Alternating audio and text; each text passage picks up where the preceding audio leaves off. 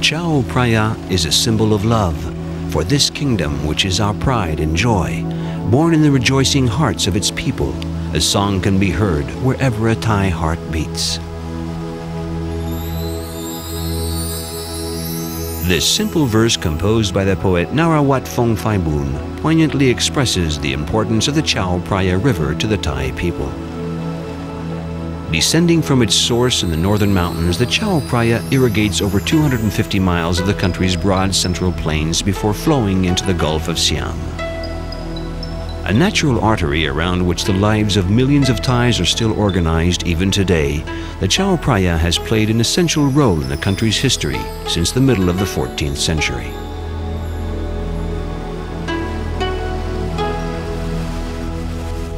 A means of invasion for the powerful Burmese sovereigns, a means of conquest for the kings of Siam, the Chao Phraya's strategic role is confirmed by the successive presence on its banks of three capital cities. First, Ayutthaya from 1350 to 1767, when it was destroyed by the Burmese. Then Thonburi, and finally Bangkok, Thailand's present capital. Bangkok has become a modern metropolis with more than 5 million inhabitants. On the banks of the Chao Phraya, luxurious international hotels have replaced the simple wooden houses that occupied the site when the city was founded in 1782. Named the City of Angels by the Thais, Bangkok and the other riverside towns have nonetheless managed to preserve their charm. Sailing along the waters of the delta and the maze of canals that infiltrate the town's center is to discover all the charm, exotism, and mysteries of the ancient kingdom of Siam.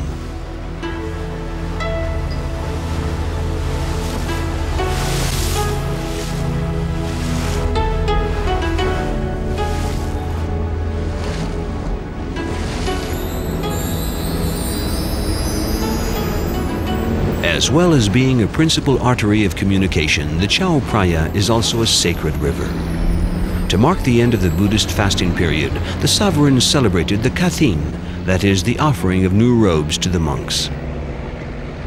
This ceremony, which for centuries gave rise to a majestic procession of the royal barges between the palace and the monasteries, now only takes place on very rare occasions.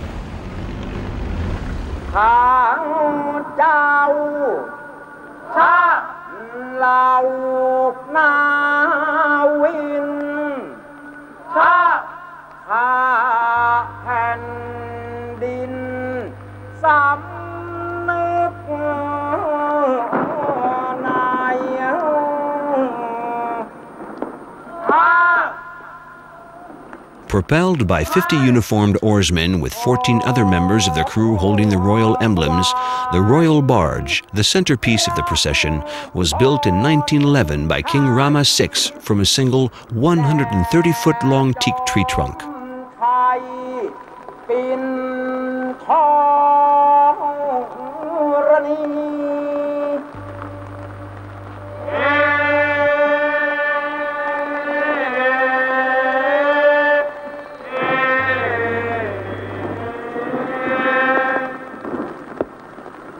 Respecting the ancient ritual, the oarsmen row in synchronized movement to the chanting, while the drums beat the rhythm.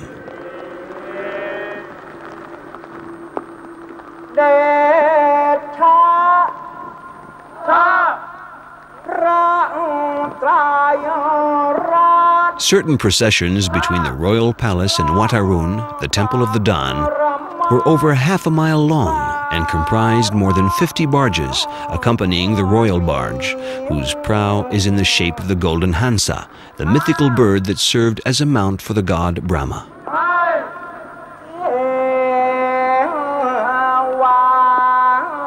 After witnessing such a spectacular sight, we can well understand the enthusiastic accounts of the first French visitors in the 18th century to Ayutthaya, the former capital of Siam.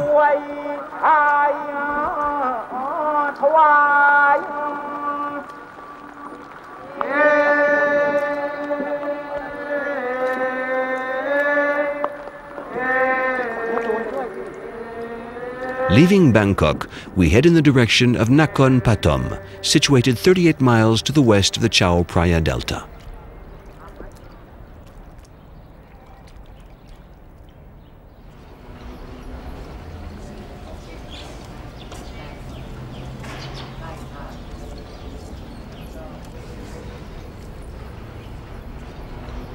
The festivities commemorating the king's birthday have just ended.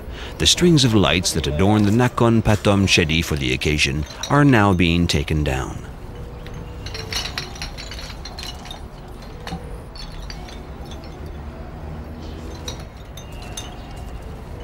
The Nakhon Pathom Chedi is 406 feet high and is the tallest in the world. With its slender tower-like form symbolizing the ascension to the state of nirvana, the Thai Chedi, like its model the Indian stupa, reproduces the 8 sepulchres where Buddha's ashes were enshrined.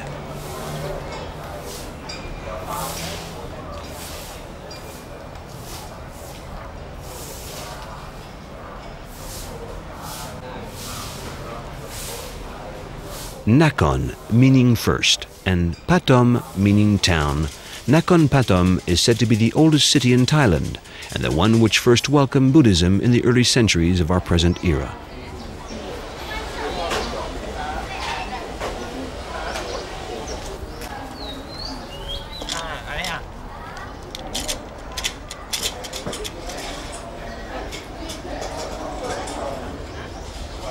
In the 13th century, when Buddhism separates into 2 major forms, Thailand, like Burma, Laos, and Ceylon, remains faithful to the older, original form of Buddhism named Theravada.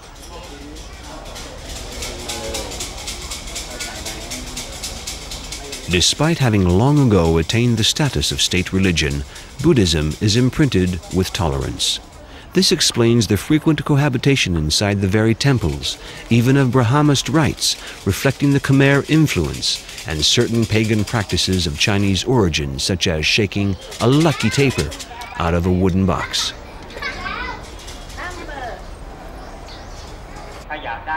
The Buddhist temple is a place open to everyone. At the northern entrance to the Nakhon Pathom Chedi stands a Buddha statue that is visited by thousands of the faithful.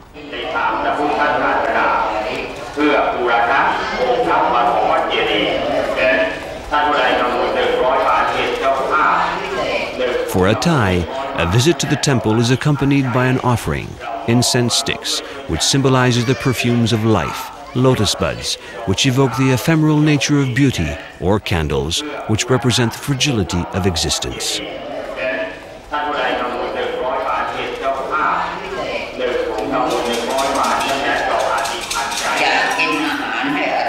Receiving blessings with purifying water from the bonzes, offering lotus flowers, or rubbing gold leaf on the Buddha statues, all these practices, far from being anecdotal, reflect the deep attachment of the Thais to their religion.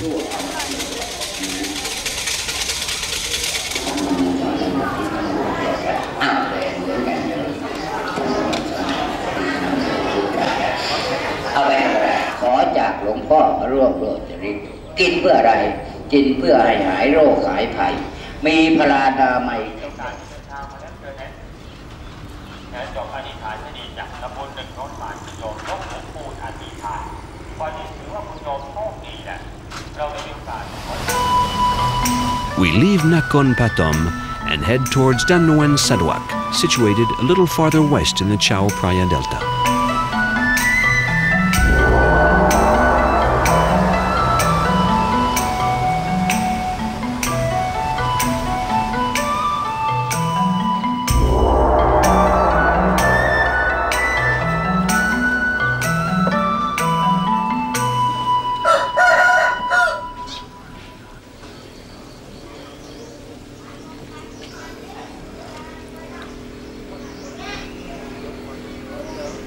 We are now in the province of Ratchaburi, about 70 miles from the capital. In this part of the delta, the river and the klongs, or canals, often constitute the sole means of communication between the villages. The rows of wooden houses on stilts on the banks of the klong bear witness to this, as it is here where everything takes place, social life as well as commerce. This explains the natural development of the floating markets, which provide the local inhabitants with an opportunity to sell their homegrown produce.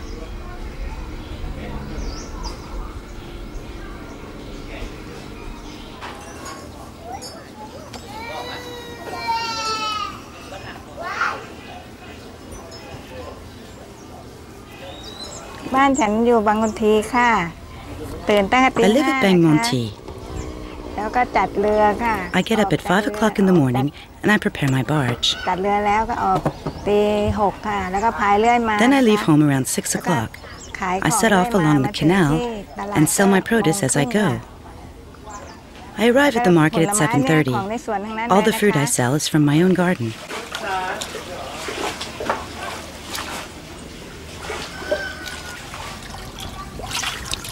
วันนี้เอาฝรั่งไปขายนะคะไปขายที่ Today at the floating market, I'm going to sell guava fruit, bananas, taros, and tomatoes. ต้นมะเมียวต้นวาตนาชมพู่น้ำ It's Sunday. There are many people about, a lot of tourists. It's a good day for ขาย business. ดีนะคะ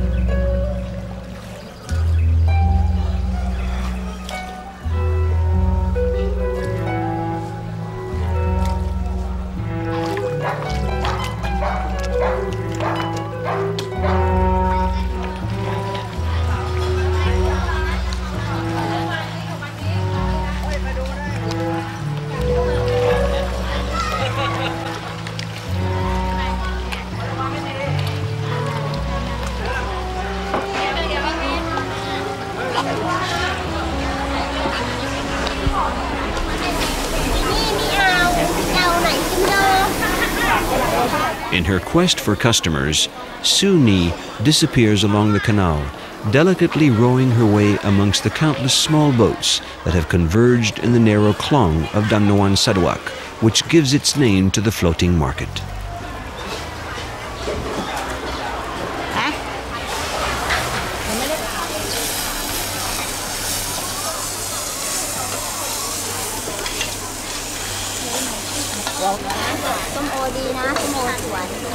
In an amazing choreography of blue-tinted parasols, the barges pass each other, sometimes brushing sides but never colliding.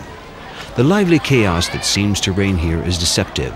The movements are finally synchronized, and the small boats, which seem to sag under the weight of their colorful cargoes of fruit and vegetables, glide with graceful ease along the surface of the water.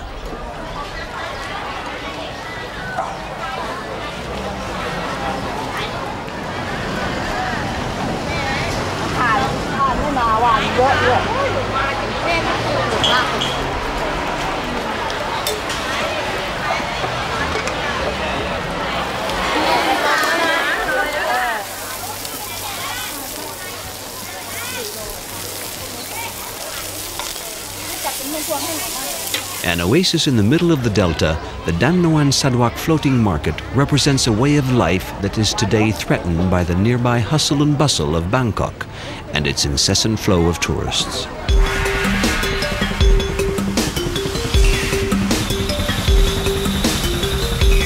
Aboard a Ong Gyao, a long-tail boat, we head back towards Bangkok.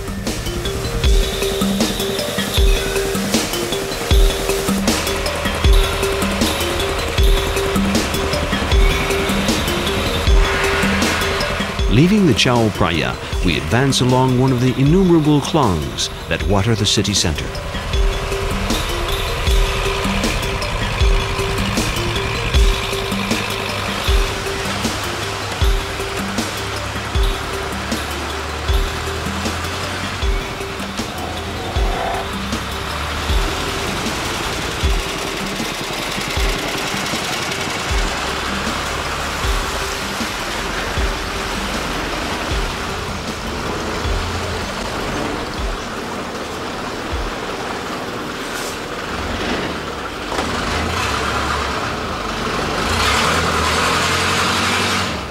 On the banks of the Klong, discreetly concealed behind a screen of vegetation, is a magnificent Thai-style teakwood house.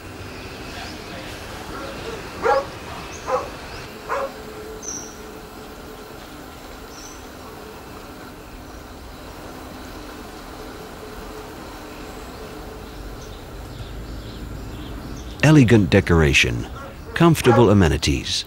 The privileged guests of this sumptuous guest house are here for a very special reason.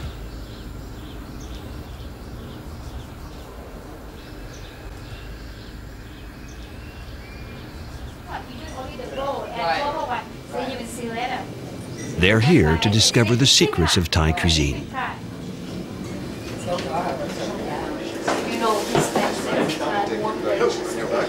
The lesson begins with a description of the spices.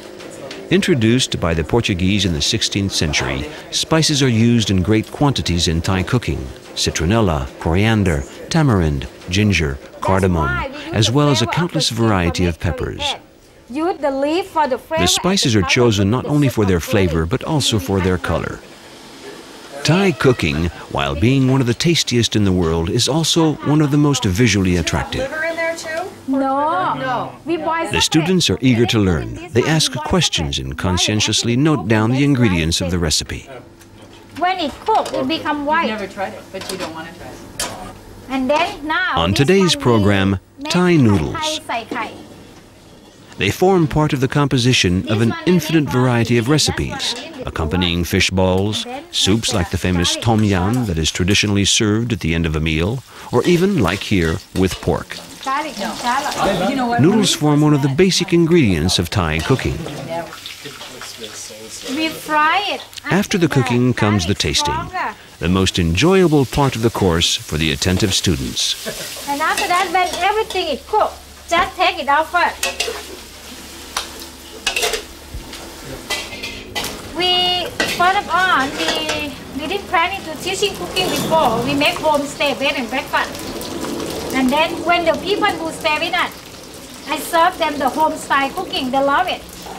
They just ask me what is it? Why the flavor like this? Why the color like it? I just bring them to my kitchen like it and show them the ingredients. And then they said they like to know how to cook. Why not? You stay here already. And after that, I start teaching cooking. That's it. Are they good pupils? Huh? Are we good students? You say yes, we'll give you a beer. You say yes.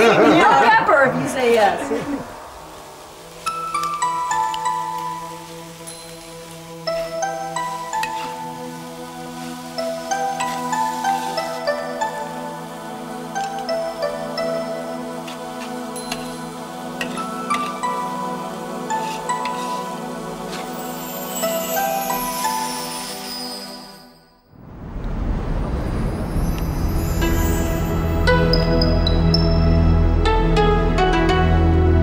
We set off once more along the River of the Kings, the Chao Phraya, leaving behind us Bangkok and the hustle and bustle of the noisy long-tail boats. We head north towards Ayutthaya aboard the calm and indolent Mekhala, a former rice barge now converted into a passenger cruise boat.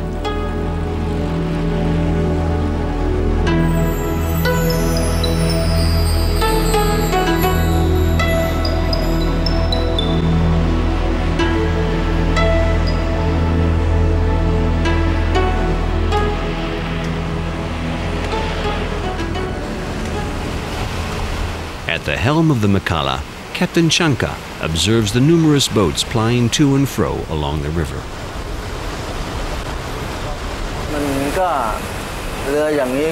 Apart from boats like the one we're on, the Mekhala, there are many different kinds of boats on the river. For example, the krashang, which are the small vendor boats that are used to transport all sorts of produce for sale. They are really floating grocery stores. And then there are the hangyao, the long-tail boats. There are short boats, express boats, taxi boats. They're all different. As I say, there are really all kinds of boats on this river.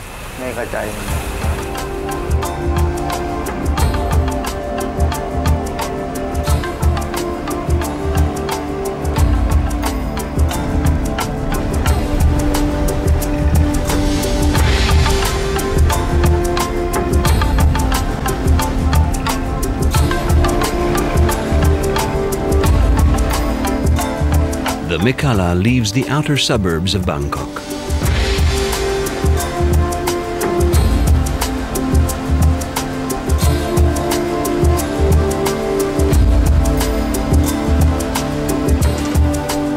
A new and striking decor comes slowly into view.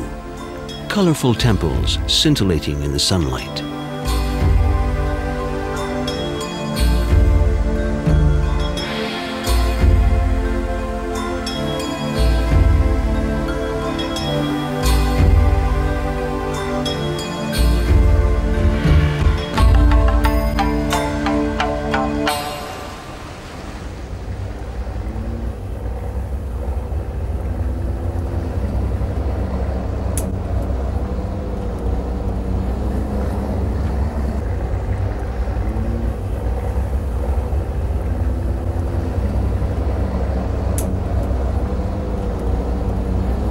As we sail past the ancient leaning jetty, the gentle light of dusk envelopes our vessel.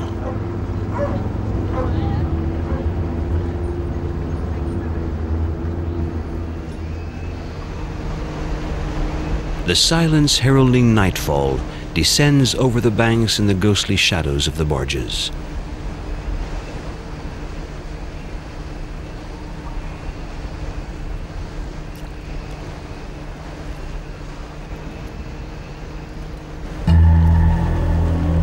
As the sun begins to set, the surface of the sacred river shimmers in its golden reflection.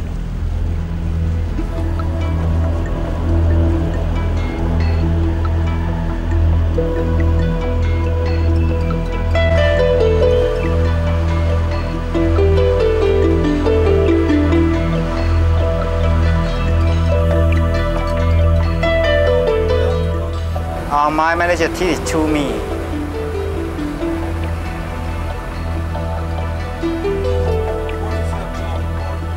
You see, I'm the master of this boat, and I must to do for everything inside this one, and to control for the crew and cooking for the passenger also.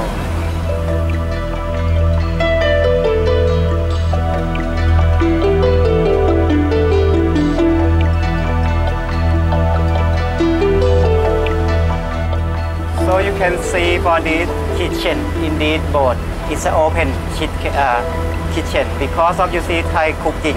When we cooking for Thai food, it have a strong smell, and so the wind take that smell go out from the kitchen. I'm cooking for the Chinese or the blue prawn soup Thai style with spicy, and the green curry with chicken, fried beef with oyster sauce, and so fried pork with vegetable, and for Thai dishes. I will carving for the fruit for you also.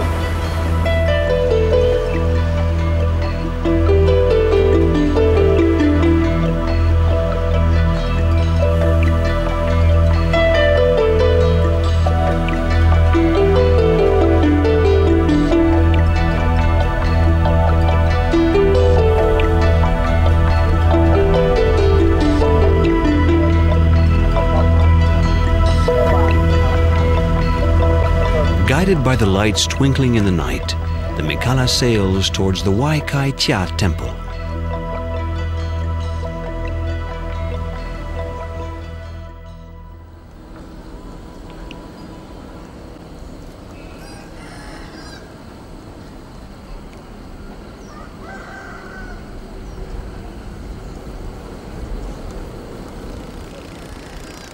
At daybreak, when the river starts coming to life again, the monks here at Wai Kai Tia have already been up for a long time.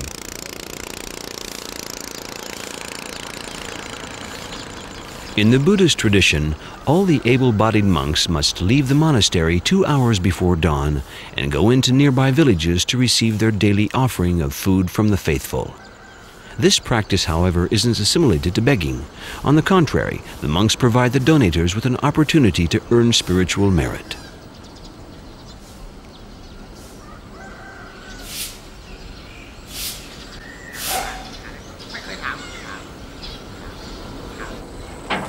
The passengers of a barge that arrived in the night pay a visit to the monastery. In accordance with Buddhist custom, they're going to make food offerings to the monks.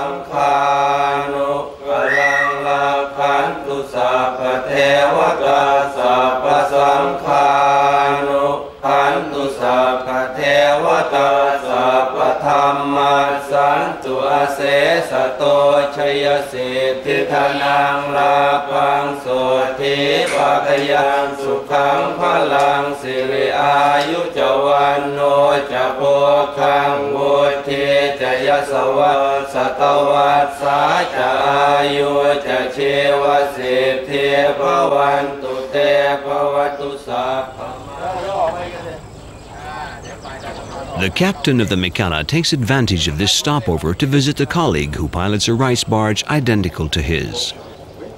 On board, a dozen or so tourists are heading back down the Chao Phraya to Bangkok.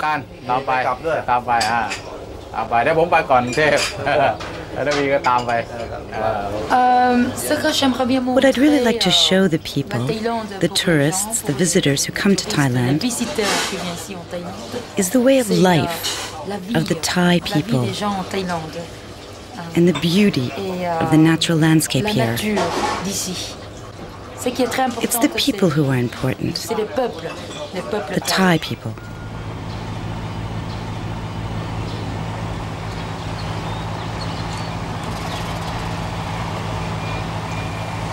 As the other barge sets off towards Bangkok, the captain of the Mekhala pays a visit to the monastery in his turn to make the traditional offering.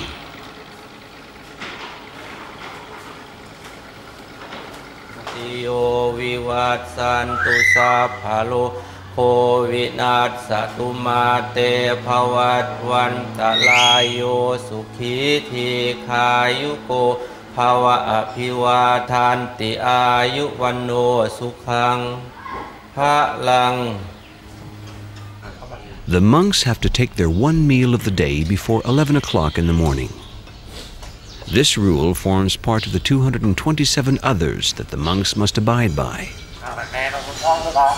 One of these consists in relinquishing all personal belongings, with the exception of 9 objects, which are 3 robes, a belt, a razor, a sewing needle, a water bowl, an alms bowl, and a fan.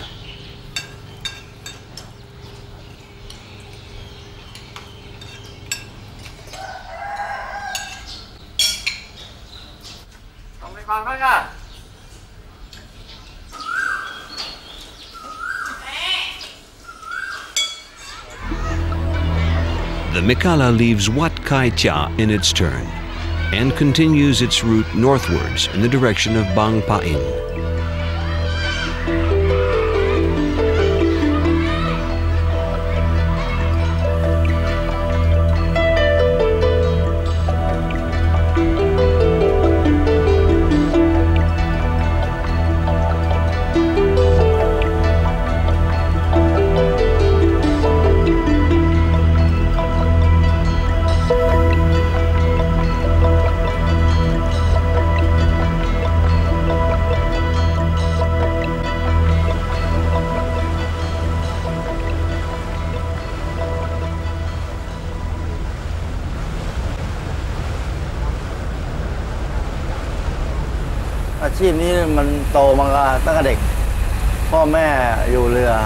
I grew up on the river. My parents had a boat. When they died, I continued working on the boat, and we started transporting rice. Then my family and I bought another motorboat. Finally, we stopped our activity and sold all the boats. Since then, I've been piloting passenger boats.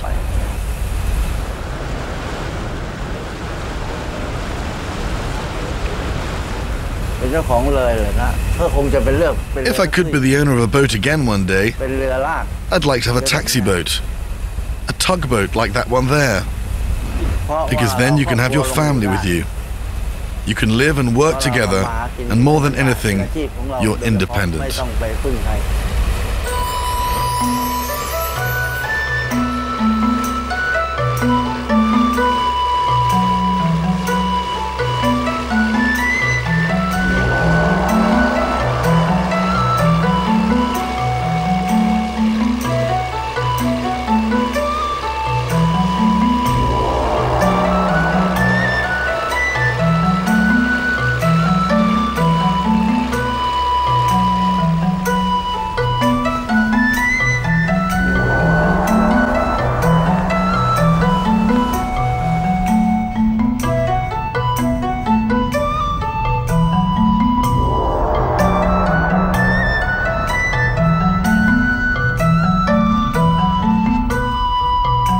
The Mekhala approaches Bang Pa In. It's here, on the bank of the Chao Phraya River, that King Rasat Tong built his summer palace in the 17th century. Left in a state of abandon for a long time, Bang Pa-in was first restored by Rama IV in the middle of the 19th century. But it's Rama V who will revive the former glory of this summer retreat by constructing a series of incredible palaces. The Mekhala negotiates for the last time the branches of the Chao Phraya. Bang Pa-in marks the end of our cruise, but our journey is far from over.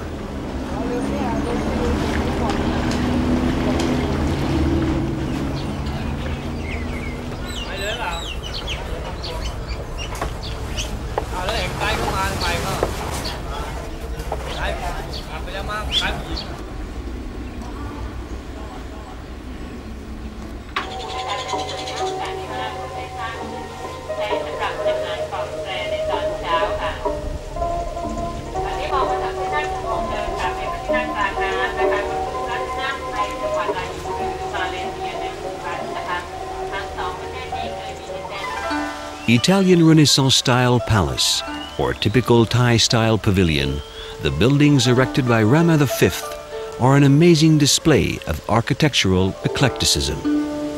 The mixture of styles undoubtedly betrays the dilemma of a king, permanently torn between the desire to preserve the independence of his kingdom from the colonialist designs of France and England, and that of wanting to modernize his country at all costs.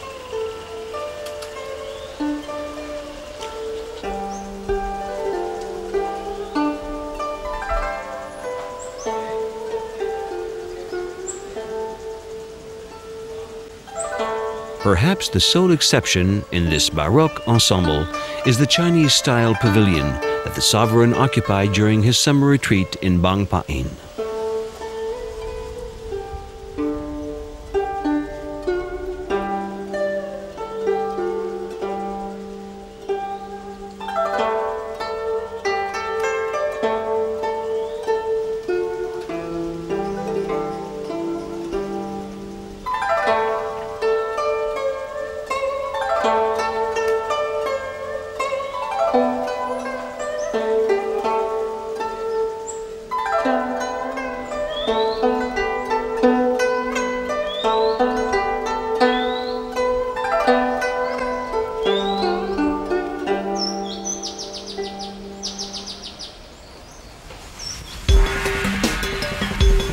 Our long-tail boat sails back up the Chao Phraya towards Ayutthaya, the former capital of the Kingdom of Siam.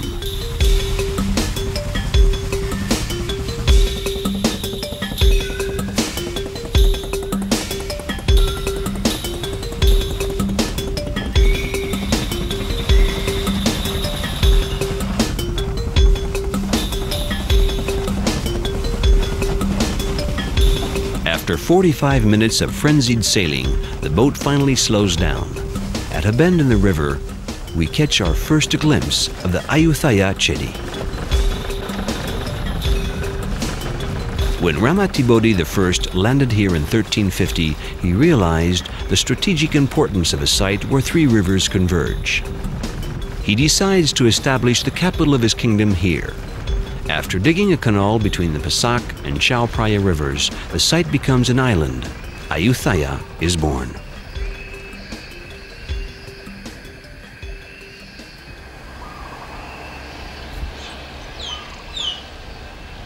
Considered in the 16th century to be one of the most beautiful cities in the world, Ayutthaya has a population of around 1 million inhabitants, outnumbering both London and Paris at that time.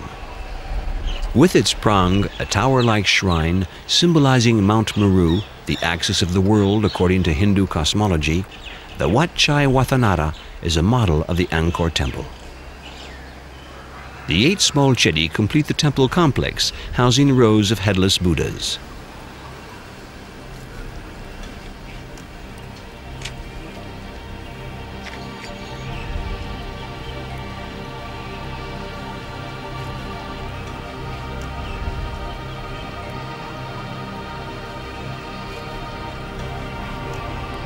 In the center of the island, the Frasi Samphit temple, with its 3 intact chedi containing the ashes of 3 Ayutthaya sovereigns, evokes for us the city's past splendor as described by the Abbé de Choisy, who stayed here in 1741. I paused frequently to admire this strong, great city, seated upon an island round which flowered a river 3 times the width of the Seine. There rode ships from France, England, Holland, China, and Japan, while innumerable boats and gilded barges rowed by 60 men plied to and fro. The streets are alleys of running water. The horizon is tall trees, above which are visible the sparkling towers and pyramids of the pagodas. I have never seen a lovelier sight. Laid to waste by the Burmese in 1767, Ayutthaya's days of glory are at an end. Those of Bangkok are about to begin.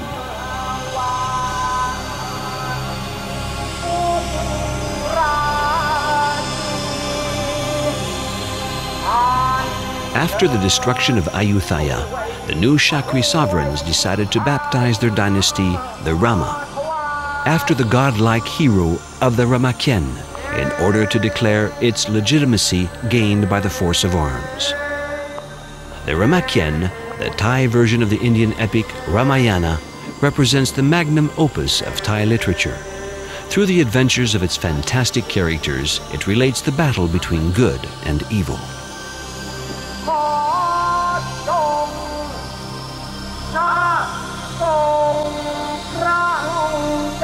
Passed down by oral tradition from generation to generation, these stories are inscribed like comic strips on the walls of all Thailand's temples, and in particular those of Bangkok.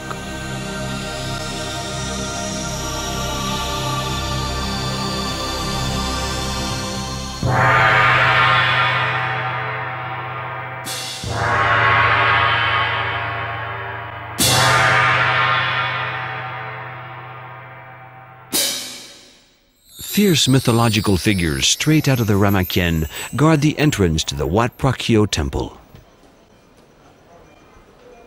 Using as its model the royal temple of Ayutthaya, the Wat Phra was built in 1782 by Rama I as a shrine for the mysterious Emerald Buddha.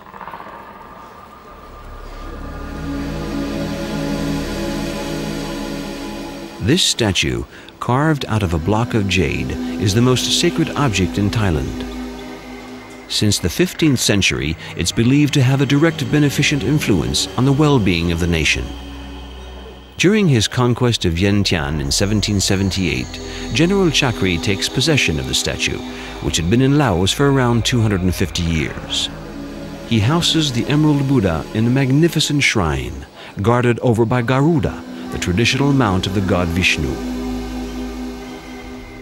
Discovering the Wat Phra is to enter a dazzling world of multicolored tiles and gilded spires, peopled with strange deities such as the Kinari, the female bird humans, taken from the Hindu or Buddhist mythology.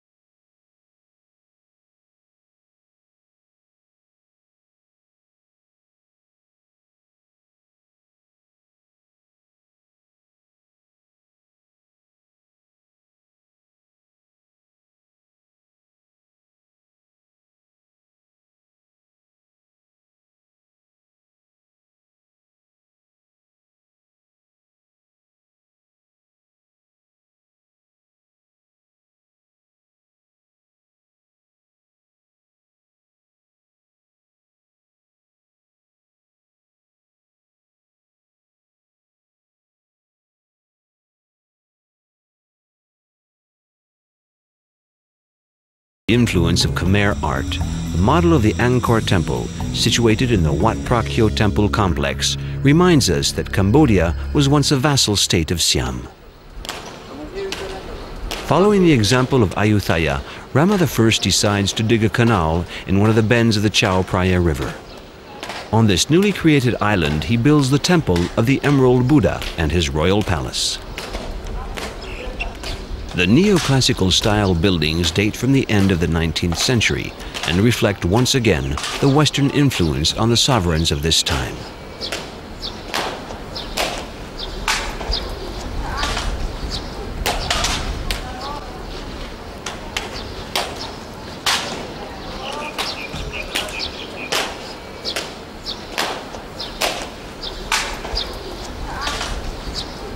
The seat of both civil and religious power, the royal palace was a real city within a city.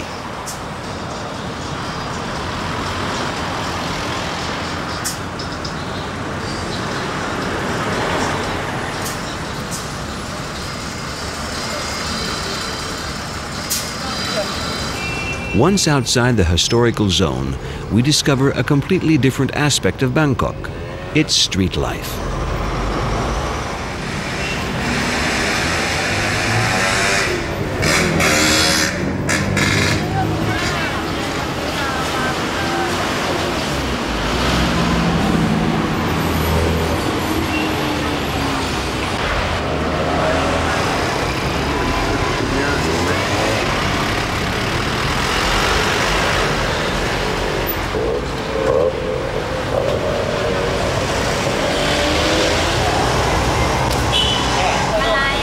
With its infinite variety of flowers and necklace offerings, Tevet Market offers everything, including the famous orchids, of which Thailand boasts more than 35,000 different species, wild or cultivated.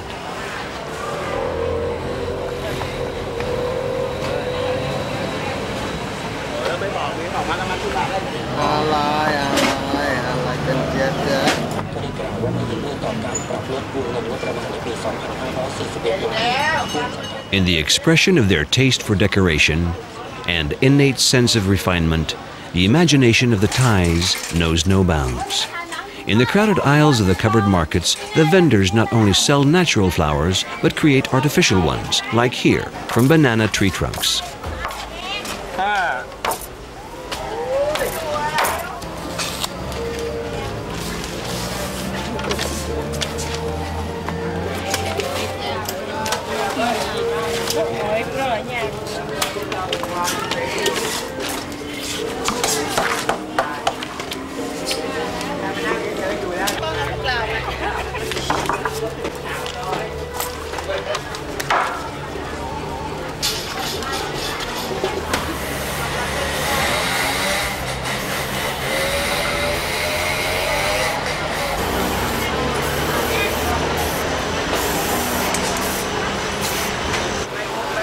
After experiencing a short period of recession in the late 1990s, Bangkok continues its economic development with the construction of glass tower blocks, mammoth shopping centers, and international hotels.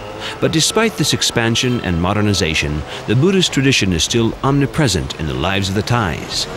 Each new building is placed under the protection of the deities, like this Vishnu, mounted on Garuda. The most humble Thai home and the most sophisticated modern building, each has at its entrance a little spirit house or altar, which is the object of devout worship.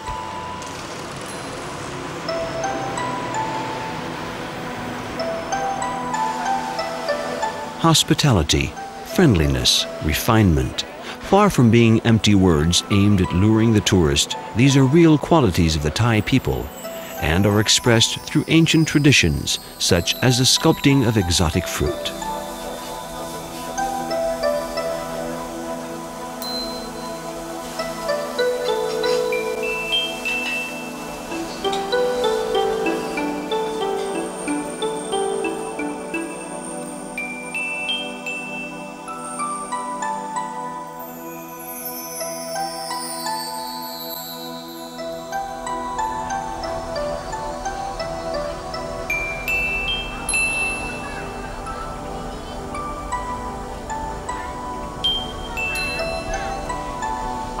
The Wat Po is the largest and oldest temple monastery in Bangkok. Converted by Rama III into an open education center for both monks and lay people, various disciplines were taught here, with prime of place given to Thai traditional medicine and the art of massage.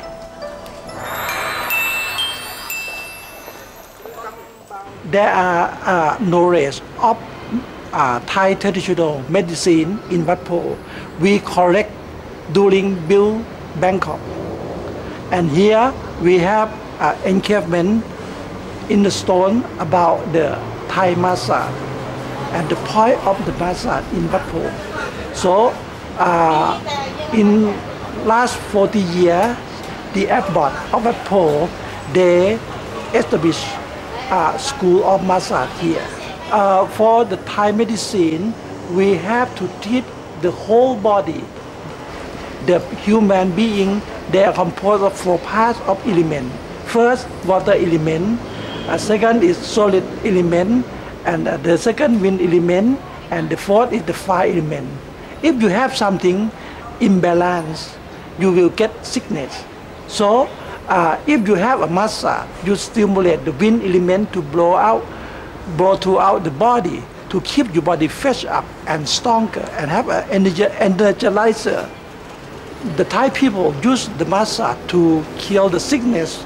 Since the ancient time up to now, the planting about the massage in Wat Phou, they are the major principle of the massage education. So we select some part of this massage painting, come to rearrange to be a massage line. So, and then we come to teach our students. Up to now, we have more than 30,000 students success in the massage learning course. About half of them are working throughout the world. With their tall brimmed hats, symbolizing the terrifying Europeans, these gigantic stone statues scattered throughout Wat Phou were used as ballast on rice ships returning empty from China.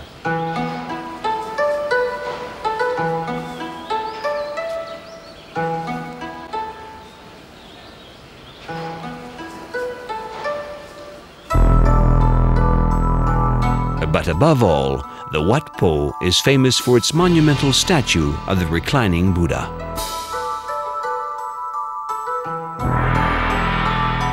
This 150-foot-long gilded statue represents Buddha entering the state of nirvana. The mother-of-pearl ornaments on the soles of its feet represent the 108 attributes that differentiate a Buddha from common mortals.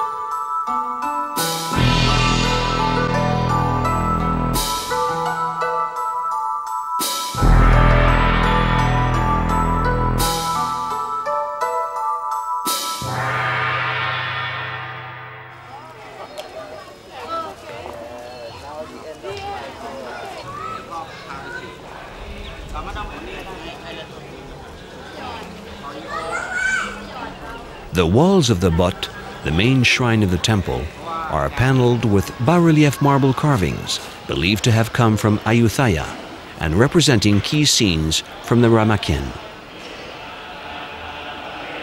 The gentle poetic features express the state of grace of the artist.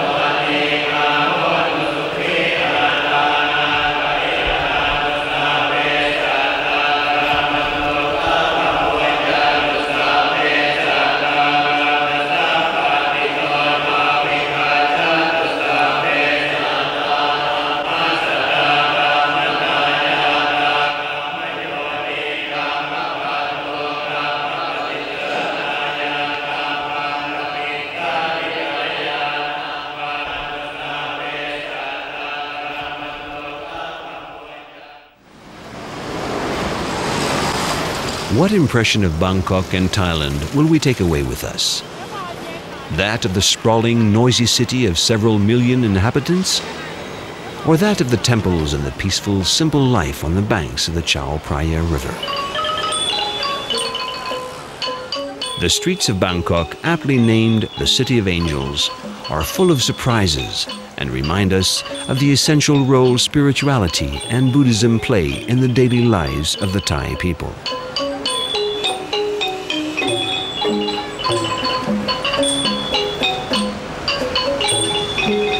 The most humble temple receives daily offerings from the faithful. The monks travel from village to village, receiving as their natural due donations of food from the inhabitants. Indeed, each Thai has the spiritual duty at one time in his life to retreat to a monastery for several weeks or even months.